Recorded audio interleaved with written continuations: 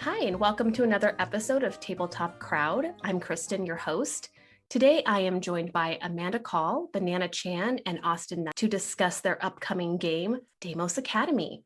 Before we jump into all the questions I have about this amazing game, let's go around and introduce ourselves. So, Amanda, can we start with you? Yeah, hi, I'm Amanda Call, she, her, and you can find me on Twitter at Age of Night. Hey, I'm Austin. You can find me on Twitter at SailorScottAustin. That's at SailorSCT Austin. My pronouns are he, they, she. Hello, I am Banana, she, her, they, them. You can find me on Twitter and Instagram at BananaChanGames. Well, I'm so glad you're all here today. Thank you so much for joining me to talk about this amazing game. Before we get into specific questions about the game, I'm curious to know how you all met and started working together. That is a good question. I'm not part of the origin story, so it's a pretty long story. So initially, this game was supposed to be based off of the Nutshell Studies by Francis Lee Glessner, which is a collection of doll houses that depict murder scenes. So it's so realistic and so good and well laid out and everything that's being used. It was being used as case studies and tools for, I think it was like the FBI was using it for a while to like try to figure out murders and things. Later on down the line, somewhere, I connected with Amanda and we started talking about like, what are we going to do with this thing? Would you like to write, make, design, develop, illustrate, whatever, whatever you want to do with this thing. And then I guess as the project grew, it sort of became like this boarding school theme. So it got shifted into like this new theme, which I think fits better with the mechanics. And then after that, we onboarded Austin to write for, you know, all the lore and like do design work and do development. And yeah, that's basically how we started working together, I think. Did I forget anything? I feel like I was just on Twitter talking. So if anyone's listening to this, just like tweet whatever. I was just on Twitter talking mad shit like, I want to write for a game. And Banana's like, what if you made a game? And I was like, haha, that would be cool. And then Banana slid in my DMs like, no, we're gonna make a game together. I think you misunderstood. We'll meet Friday at 2:30. And I was like, oh yeah, that's a Chuck E. Cheese on the corner. Yeah, I was like, oh yeah, Banana's gonna have some pointers or whatever, you know, like, because I've written for 2 games, and one of them was a game Banana also wrote for. And I was like, oh, well, Banana's gonna have some pointers about like how to like make a full game or something. That's cool. What a great mentor this was. I didn't know Banana really. I was like, what a great mentor this will be. And this is like, I think Jiangxi just finished running on Kickstarter. So I was like, oh, this is like the person. And then like the meeting was Banana like, okay, here's the Google Doc and here's this whole game we're gonna make. And I was like, yeah. I don't think I ever told Banana that. I was like, nah. I was in like no way thinking I was about to like make a game. I was like, sure. And my partner was like, how was your meeting? I was like, I guess I'm making a game. I'm sorry I dragged you into this mess. No, it's been great. And then I got to meet Amanda, who I feel like we worked on it for like 4 or 5 months, and then you're like, hey Amanda, I'm working on that game again. Also, right.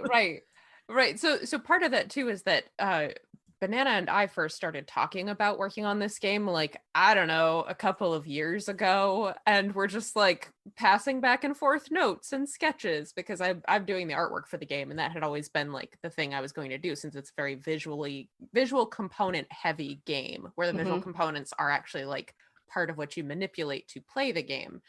And so that was always the thing I was going to do. And we were kind of like sending notes and stuff back and forth, and then both kind of got busy with other projects, and it just kind of sort of just got backburnered for a while. And then Banana was like, hey, Austin's on the game now, and also we're gonna actually start working on it, like working on it in earnest. The meeting is Friday. I know all of you in some capacity and have a tremendous amount of respect for all of you, and so I figured that the origin story of you working together, this dream team, would be interesting. Should have known it would be super interesting. I really thought it was Austin and Banana who worked on it first. So yeah. I just live here. You're I'm just vibing. You're just along for the ride. And that's I'm just chilling. They're like, write some creepy stuff about a school. And I was like, okay. I can do that. Yeah, done. Easy. Speaking of creepy school, someone please tell our listeners what this game is about. So, Deimos Academy is a horror tabletop role-playing game in a coloring book, and players are playing the adults that are returning back to their creepy old boarding school, and you're going through different rooms and you're rolling dice, 1d6, to see if the creepy thing comes out and tries to get you. And you also get to roll to try to collect memories. So in the game, the adults, because of the past traumas that they've experienced, or like, whatever other like creepy thing that's happened in school, they've forgotten a lot of the stuff. So when they return, they're trying to recollect their memories, trying to see if they can regain some understanding of what this place is like. What led to the coloring book aspect of it? Because that seems unique. That was like one of the core things right from the beginning.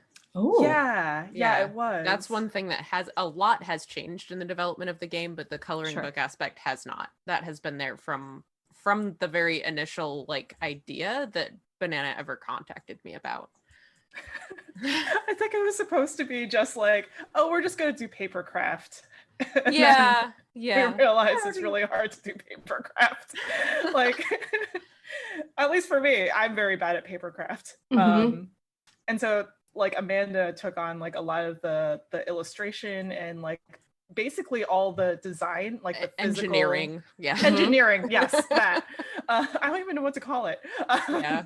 So like just to make it easier for users, for players to like, put these pieces together and like, make their little dolls. Yeah. But the original version was like a literal dollhouse, which with walls and everything, that was not going to work out. I would have never been able. I would have like seen that and been like, that's cool. Not for me. Super not. I look at the like prototype paper. We have like prototypes for components of the game, and I was looking at those and I was like, how they fuck? I was like, because you guys have like sent pictures of yours like cut out and stuff, and I was like, how they make this stand up? How do you wait? I'm like, what? How do you like when you're when the teacher used to make us like trifold for like your little name thing in the front? I could never do it. I always had a friend do it. I would like make a tent and I'm like, yeah, no, you put on legs, and then I put on legs and it'd be too low, or it would like slowly bow out. Oh. That has been a thing in like physical play tests, which thankfully we've finally been able to do after a very long time of not being able to physically play test our physical component coloring and cutting game. Right. Frustrating. But it has been a thing in any of the play tests that I've run, is that there's always like one or two people who are like, I cannot with scissors and things, and a couple of other people who are like, don't worry, I got this. I will take care of the cutting for you. You worry about role playing and coloring. Yeah. And I think the interesting thing about this too is that like we've done a lot of online play tests through Google Slides, and it's somewhat similar in terms of playtesting, like playtesting digitally versus physically. The game is similar, or the feedback is similar, or both? Both. It's been like the feel of the game has been similar. Yeah, the experience has been very similar. I was actually really surprised with the first physical playtest how little changed, when even though like, okay, now people are manipulating little pieces of paper, but the actual game itself, like game session itself, was almost exactly the same as far as like the overall kind of like feel and flow of the experience hardly changed at all. Yeah. Amanda, what was your inspiration for the art, and can you tell us a little bit about the art process? I'm sure it's like I'm sure that could be a whole different show, but anything you want to share, because I haven't had a lot of artists on, so I'd love to hear. the process? You're laughing. Did I ask a bad? No, it's funny what we ultimately ended up with. So we wanted to still have like we wanted it to be kind of creepy, but we didn't want it to be like distracting because we want players to be able to kind of bring their own tone to it. Mm-hmm. And so we went back and forth on a bunch of different designs of like, especially going off the initial like dollhouse type feel of like different kind of doll characters and everything. And the rooms, I had a pretty good idea of what I wanted to do because the idea was it's a coloring book. So you have, you know, nice clear lines, very simple shapes, try not to get too much detail in there so that people can read it easily and color in whatever they want to. But for the actual like people, we were having a hard time coming up with something that worked. Like we had a lot of different ideas going around and I tried tons of different designs, and then ultimately during one of our meetings, I don't remember whether it was Banana or Austin, but one of y'all were like, what about like the People of Walmart coloring book? I don't think that was me. Was I there for this? Yeah, you were there for this. You were there. I don't know. I will say it sounds like a Banana idea. It was Maybe probably Banana who said that. There's a People of Walmart coloring book? Yeah, there is. Are you sure I was present for this? And Was if I you like look in up my the body? images if you look up the images from it, you will see a very direct influence to what the paper dolls ultimately ended up looking like. Like, Walmart gonna so sponsor sad. us? Okay, so I guess everyone just has to look somewhat sad and despondent, and then but dressed nice. Okay, and that's ultimately where we ended up, and it worked great. That's amazing. I did just Google the People of Walmart coloring book. It does exist, in case anyone didn't trust Amanda, which that's ridiculous. They never lie. That's very interesting. Okay. That's ultimately where we landed, and it worked out just fine. It was just... That's perfect. I love that inspiration. So Austin, Banana mentioned that you did some of the writing or all of the writing and the lore. So can you tell us a little bit about that? Anything that, and I know no heavy spoilers, but anything that you can share about the lore. Let me get out of this People Walmart coloring book. That's for after the recording, Austin. I'm sorry. Okay, Banana mentioned Chuck E. Cheese and tried to derail me earlier, and I resisted. Then I got drawn in by People of Walmart coloring book. About the lore. It's creepy. What can I say? Re-ask your question, because I was definitely at the People of Walmart coloring book. That's fair. And since we're on a tangent, I mean, I feel like if we can ever all get together, it needs to be at a Chuck E. Cheese with coloring books. Okay, so hear me out. All right. So Excellent. Chuck E. Cheese Summer Fun is the most cost-efficient way to have fun I have found all summer. For the low price of $70 US, you get 500 e-tickets that can go towards any prize. One time you can get an endless day of like arcade gaming because their games are timed now. You like buy a wristband and now instead of like, because like digital, so instead of like tokens, you buy like passes that have like a set amount of time on them or a set amount of games you can play. So you can get one time endless day of play. You get once a week you can get one medium topping pizza with up to 2 toppings.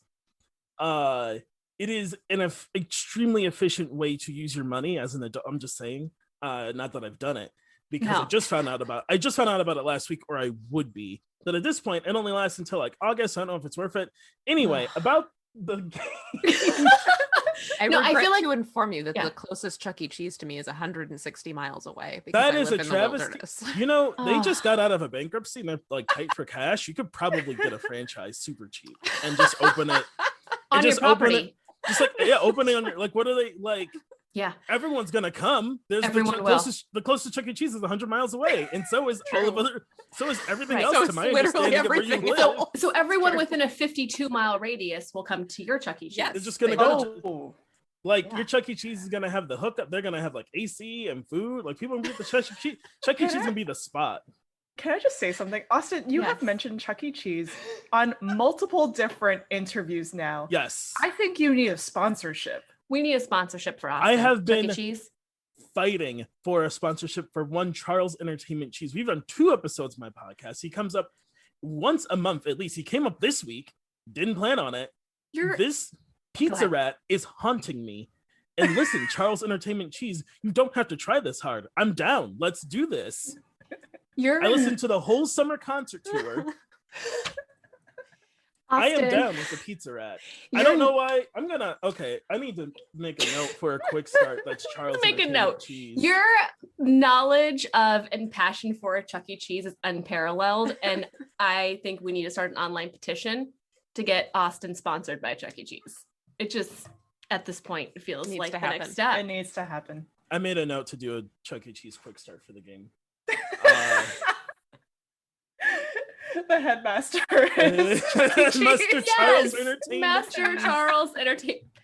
No, the whole time it's just Master Charles until you get to the end and you realize it's a giant animatronic Pizza Rat voiced by the lead singer from Bowling for Soup. That's terrifying. That is terrifying. You asked me about the lore of the game. How did I come up with the lore for the game? I just made it creepy. I originally started with the creepiest thing I could think of from history, which is Elizabeth Bathory. And then I was like, so what if Elizabeth, so I love vampires, as most people probably know. I was like, what if Elizabeth Bathory was a vampire and ran a school? And I just like went backwards from that because we didn't put like real history stuff in, but I went backwards from that to like, I think I had the school start in like unmarked time period or something. That was pretty much how I started. It was like, well, what would a school that was originally run by a vampire look like? And how would it get creepier over time? And that's kind of it. I don't know. I have a hard time talking about my writing process because I always feel bad because it's kind of like I just go do it. Right. Like I recently just got done putting in a pitch for the game Archon, which is I'm like announced that I'm on it, so that's fine. I just can't talk about what I pitched, but the pitch was due as of this recording like Sunday or something, and I wrote it like Saturday afternoon, and when I write game stuff or when I write poems, like I don't saying it goes out perfect and I don't like get stuff back to revise, especially like, writing on games, but like I just do it, which is why I have such respect for like artists, because I know like that's not how you like art, which is why I have a hard time when people try and call me an artist. I'm like, I don't know, I just write stuff. I just like put stuff on my head on paper and it feels very easy. Sure. And I know when you're like an illustrator, like Amanda, like you have something in your head, but it's not very easy to get it out of your head. Different skill set, right? Right. Yeah, absolutely. But you have inspiration, right? So you actually found an inspiration and then it just came easily for you. Who was your inspiration again? Because I don't recognize the name. Elizabeth Bathory. Why do I not know her? She was a duchess. It was like one of those people through history rumored to be a vampire because she. Oh. Yeah. Okay, that's cool. I don't know if you want me to get into it because it's like creepy and gross, and I don't know the content warnings of this show, but you can Google her on your own time. There's content warnings for blood, obviously, because she was rumored to be a vampire. Yeah. But yeah, she's just always stuck out to me. There was like a History Channel special about like vampires in history, and I always remembered like I can like see in my head like the episode playing out that was about her. I can like see the like actors and actresses like playing out the dramatizations of her life and stuff. Yeah. And it's another one of those things where I'm like, I think she was like exiled to like a part of her estate and like locked in so she could not cause any harm. But it was that kind of thing where like I don't think they ever buried her. Oh. And so I'm like, what if she like got out and started a creepy boarding school for her like creepy occult stuff? That's very cool. That's very cool inspiration.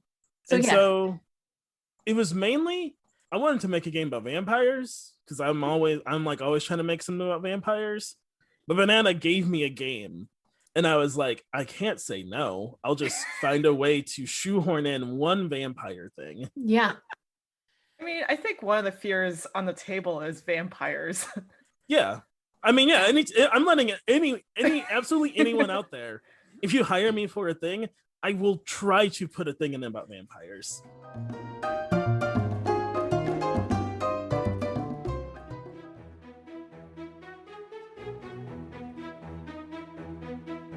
Welcome back to Beholder to One Shot, an actual play show under the banner of Beholder to No One, where we usually play non-D&D one-shots. Is a conglomeration of many Furbies. Oh, oh, oh, oh, oh. 15. Dang it. We're two baby adventurers. We're level 4. Is that the right direction? Shh. Oh wait, we're speaking telepathically. Yeah. Search your feelings. You know it to be true that one of you has a really annoying voice. No! Each of you roll a die and explain why I shouldn't be the one to stomp you, or if you get an extra die for that. I got a 6. There's a good reason. 5. It's also pretty good. Got a 4. Slightly It's good. okay. I made it to another town, but it's not stopping. Is it me? Am I causing this?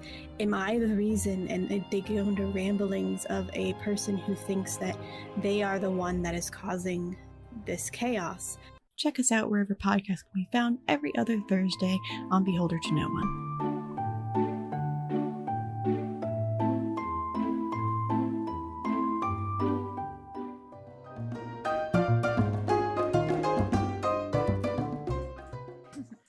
One of the things that's cool about the game is that we actually don't have set whatever the thing is, whatever the big scary thing is that is in the school is not actually predetermined. That's something that's determined by the players throughout the course of the game. So it's not like, so it could be vampires, it could be lots of vampires or one big scary vampire, or it could be lots of other different things. It's kind of like it, but not really, because we don't have the IP for it. I feel like every time we play tested, it's been something slightly the same, but very different. Yeah. It's always been some like some kind of like eldritch thing that's like, I'm not like a statted out monster. I am like what the fear of rain looks like or something. Yeah. Do players build their big bad based on their fears? Yes. Okay. Yes. I remembered that from playing, but their characters' fears, not their characters' fears, not their player, like the player's actual fears. Yeah. Thank you. Good. That's a very good distinction. Thank you. I meant the character's fears. Absolutely. Please don't use your real fears. I guess you can, but like if you're gonna use your real fears, don't call us about having a really bad nightmare. We outline pretty explicitly not to use your fears in the book several times. Oh, I like that. As a safety tool or as a guide? Like don't use your own fear. Okay. It's more of like a guide. We have a whole section on calibration, though this is a collaborative TTRPG, just to set expectations so that players know what they're getting themselves into. One thing, Austin, I just remembered, we also did a lot of interviews with folks who went to boarding school. We did. That was your idea. That's right. So were those helpful? I mean, it was helpful for me because I went to the same boarding school as them. I found it super interesting. I don't know a lot about that because one of the things me and Banana talked about when we were just like writing stuff was like schooling and the idea of like what that kind of culture can give and take from people. Because I went to like a private school K-8, and one weird thing for me has always been like my private school experience was, I'd say, like net positive. That's great. But I know a lot of people who had net negative private school experiences or neutral. And I don't know anything about boarding school. I just heard like horror stories. And so it was very helpful for me as someone like, I know what like in general, like how boarding schools are supposed to be bad, but I've never been to one, and I've not even had like a negative like private school experience, which is like kind of close to that. Mm-hmm. Yeah. Amanda, did you think they were helpful as well? I don't think I've actually seen these interviews. I've just seen parts of the transcripts. Oh, okay. Yeah.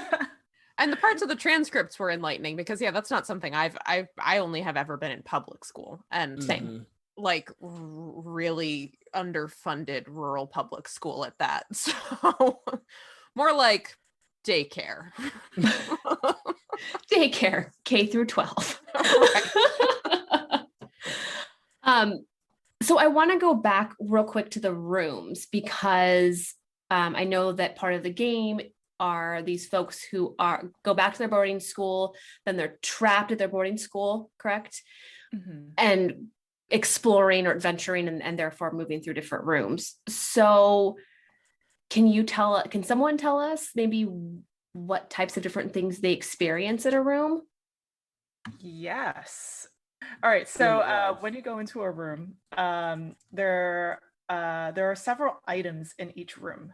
So each room has different items, and the player will choose whichever item that their character is drawn to the most. Once they get to that item, they will roll a die to determine, if they can recollect a memory from touching this item, from being in the room, whatever's happening to them at that time. And then on a success, they remember something. They also gain a fear, which they write onto their character sheet. But then they also get to color in the item in the room. If they roll like a medium success, which is I think it's like a 3 or 4, then they still color in the item, but they don't get to collect a memory. And then if they fail at the thing, then they rip up the memory. So these memories are written on cards before the game even starts. So all the players, they write down, one good memory, one bad memory, and one scary memory on a deck of cards. And then during the game, if you roll 1 or 2, then you would rip up the top card of that deck. Oh, wow. And do you shuffle them? So it could be a good memory, bad memory, or scary memory? Right. Yeah, exactly. So it could be anything that you're drawing. And then at the very end, once everyone's had their turn, they've had a chance to do some flashback scenes, play out some scenes as they're recalling stuff. They all roll the die again simultaneously this time. So everyone rolls 1d6, and whoever gets the lowest roll will determine what their fear is in the room. So the person who rolls the lowest puts their fear in the room. It manifests in that room, and they get to draw the thing in the room itself. Or they can use, if they don't feel like drawing, they can use the prompts that have been colored in, the items that have been colored in as prompts for what they see or what happens in the room. I really like that because I am similar to Austin. I actually don't know Austin's coloring skills, and I don't want to not give him credit. But I also cannot fold a name card. And if I have to draw or color something in front of people, it gives me nervousness, mild anxiety. And so I love that you are not forced to draw something. You can easily just stay in the fun of the game and be comfortable and instead use a prompt. Is that what you said? Or an item? Yeah, so the items that get colored in, you could just basically say, oh, I see something that's picking up this pen, or I see this note get caught on fire or something like that. And in its place is I don't know, a bunch of bugs or something like that. Yeah. Whatever the fear is. Whatever the fear is. Yeah. And then at the very end, once these fears have been revealed in each room, those fears get collected and they manifest in the final room, which is a maze that the players have to try and escape. Oh. Yeah, so that's what we adjusted. That's cool. This version. Yeah, that's very cool. How is there do you provide mazes in the game or yes? Okay. Yes.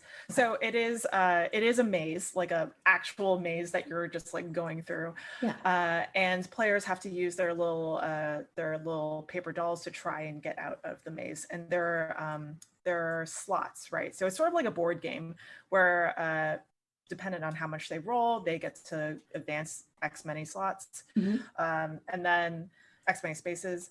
And along the way, they'll pass a bunch of prompts. And these are like questions, right? So these questions they can answer. They can choose whatever question they land on. And at the very end, if they don't get to escape this maze, then they'll get a certain outcome. That's very cool. Yeah, I didn't play that version. That sounds like a cool addition at the end. I think at the end of our game, we ended up fighting. Our big bad was based on our character's fear. And so I think it was a large porcelain clown.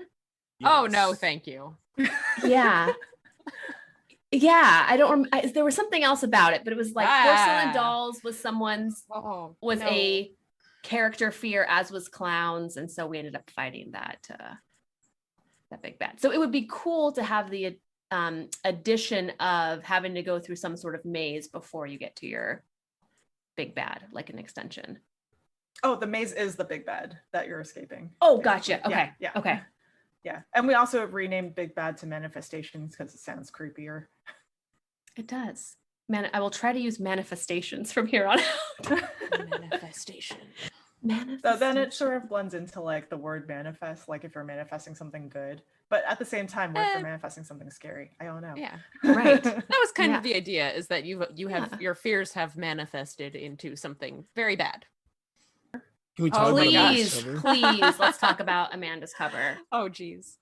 So Amanda did not set out to do the cover. Oh, Amanda interesting. was like, if I could not do the cover, that would be okay, I think. And we're like, would be, wouldn't it? Well, Banana had a couple of artists specifically in mind. We're not going to name who it is. No, we're not going to name who it is, but there were artists in mind that we reached out to, and either we didn't hear back from, or they were busy, or whatever else didn't work out. And we were getting to the point of like, we need to figure out what we're doing for a cover. This needs to be resolved in some manner. And I was like, well, I kind of have an idea, given what we're doing, of like what I think would make a cool treatment for the cover. And it was the idea of doing like a photo collage. So like the surrealists especially did a lot of photo collage, where they would take like otherwise pretty innocuous photographs and mash them together, cut them up and mash them together into really creepy collages. And I was like, I think like surrealist photo collage would be a really cool way to do the cover, given the subject matter. And we could very easily find like a lot of old photographs and maps and book covers and other public domain assets that would make for a nice creepy atmospheric cover for this. And then we still didn't have anyone to do it, so then I just did it. It's basically and it looks amazing. It's basically how that went. Lacking any other idea or option, I ended up doing it. There it is. But the cover is so good. Is that the one that's on Twitter? Yes. Y'all shared on Twitter a few weeks ago, right? Yeah. Okay. Yes. Yeah. Is it 4 people standing in front of the gates of the school with their backs to the camera? Yeah. I did really like that. It's incredible. I'm glad that everybody likes how it turned out. I was just kind of panicking through most of it, but I think I made it work in the end. You cannot tell. So good. Yeah. Amazing. Classic. Wonderful. I appreciate that, Austin. Yeah. One of the things I'm most excited about with the when the Kickstarter's here is for everyone to see this video Banana made for like it's so good. It's so like so the promo. So good. My conversation piece recently is like, look at this, to like friends and family. I was like at my baby shower, like, hey, you want to see this video? Look at this. I had like a cousin come over, and I was like, what were we up to? And I like just slid my phone over playing the video. And I'm like, no, I didn't make that. it's like the most exciting thing in my life right now. But you need to see it. Yeah. It is perfectly. So, because we had like a meeting about like, we need all the stuff when the Kickstarter is ready. I've never been a part of a Kickstarter ever in my whole life. Sure. And so when I was like, yeah, we need like the video that plays at the top. And I was like, right, there's a vid. So I feel bad. I've never watched anyone's Kickstarter video. Yeah. I just keep scrolling. I'm like, I don't have time for I don't know why, because it would tell me all the stuff I'm reading much quicker. But I was like, oh yeah, they all have videos. That makes sense. And I did not know how hard Banana was gonna bring it. I was like, like she asked for like some notes, And I was like, I mean, I'm like, kind of like this. And then when a banana produced, I'm like, that is exactly what was in my head. Who gave you that? That is like, it sounds exactly like what I said. That looks exactly how we talked about. How did you do that? How did you do that? Banana, how did you do that, Banana? This is my interview now. I have an Adobe subscription. Adobe steals your thoughts, confirmed. Apparently. Sponsor me, Adobe. That's what you actually pay Adobe subscription prices for, is the ability to steal people's thoughts. Hey, it's worth it. Worth it. Worth. I'm signing up right now as we're talking. Also, I feel like we have a sponsorship pitch for Austin, a sponsorship pitch for Banana now with Adobe. Amanda, this is shoot your shot. Who would you like to sponsor you? Can I I've been drinking a sparkling water. Can I just get like free sparkling water? This is like all I subsist on. Is that AHA? It is AHA. All right, AHA, you heard it here. You could do their labels. It's so good. I mean, that would be really cool. These special Amanda labels. They'd be like Amanda. I have never heard of or tried AHA, but I will now, thanks to Amanda Call. It's very good. Yeah, me too. I'm gonna buy a whole case because Amanda said. You just say that when you're checking out to the grocery. Like, I'm buying like, I don't know who are. Please what just are give you me talking your card. about? Please just give me your card. The best thing is I'm not gonna edit any of this interview. Hope you don't do it. This is all gold. Leave all of this nonsense. It's all gold. It's all. You all are amazing. Which again, I knew. I'm happy, not surprised at how amazing you all are. I did want to ask, and you obviously don't have to share a lot of details if you don't want to, but is there anything you can share about what the backers who back at a physical level will receive in the game? Yes. So backers who back at the physical level can receive 2 copies. Not 2 copies, 2 books. So you have your coloring book, which has all the rooms, it has all the tearaway sheets, it has the character sheets, it has like all the details of how to play. And it also sort of like gives you basic instructions on how to play the game. So it's very user friendly. It sort of just like gives you a list of instructions of like what to do. On top of that, you also get a rule book. So the rule book is the book that has Amanda's amazing cover on it, and it has like all the details of like how to play, what the calibration tools are, the lore, everything in it. Versus the coloring book that's like it's designed to look like a yearbook, which I'm very excited about because the cover looks like a yearbook. That's awesome. Are there any stretch goals that you can share, or is that all going to be a big mystery surprise? So we do have stretch goals. Currently, the stretch goals are other writers. So we have 3 scenario writers that we're planning on adding to this project as well. Mm-hmm. And we're also thinking about having bookmarks made. So it has like the school's logo and everything like that. We have talked about custom dice, but granted, a lot of stuff has been going on with manufacturing. So that's a little more iffy now. So we're not too sure about that, but everything else, like the scenario writers, bookmarks, that's definitely happening. That sounds cool. I mean, everyone loves dice. I love dice, but I think that anytime you can add scenarios, especially by other talented folks, and also bookmarks, that sounds pretty awesome. So at the time you're listening to this, audience, the Kickstarter will be live. It's in the show notes. So please go check it out. If you cannot back it for some reason, then at least share it with your friends because it's absolutely worth having. Thank you so much, all of you, for joining me today. It was lovely talking with all of you. Yeah. So like I said before, you can find me on Twitter at Age of Night, Instagram at Amanda Call Art.